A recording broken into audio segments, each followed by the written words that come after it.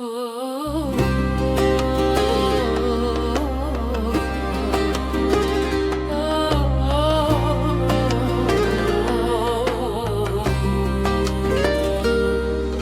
Kırık kalbimle de severim seni. Düşlerimde hep seninle.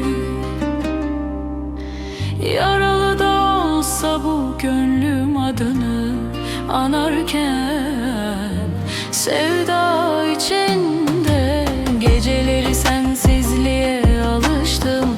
Yıldızlar bile suskun ama her an seni düşündüm. Kalbimde senin adın. Kırık kalbimle de severim seni. Düşlerimde hep seninle.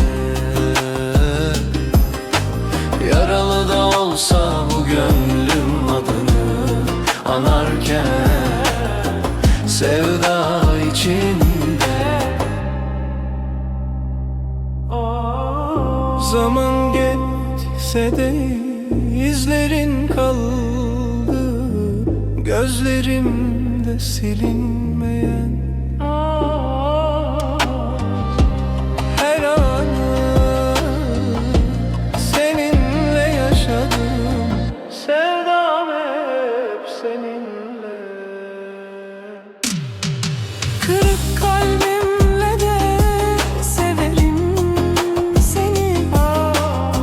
Düşlerimde hep seninle. Yaralı da olsa bu gönlüm adını anarken, sevda için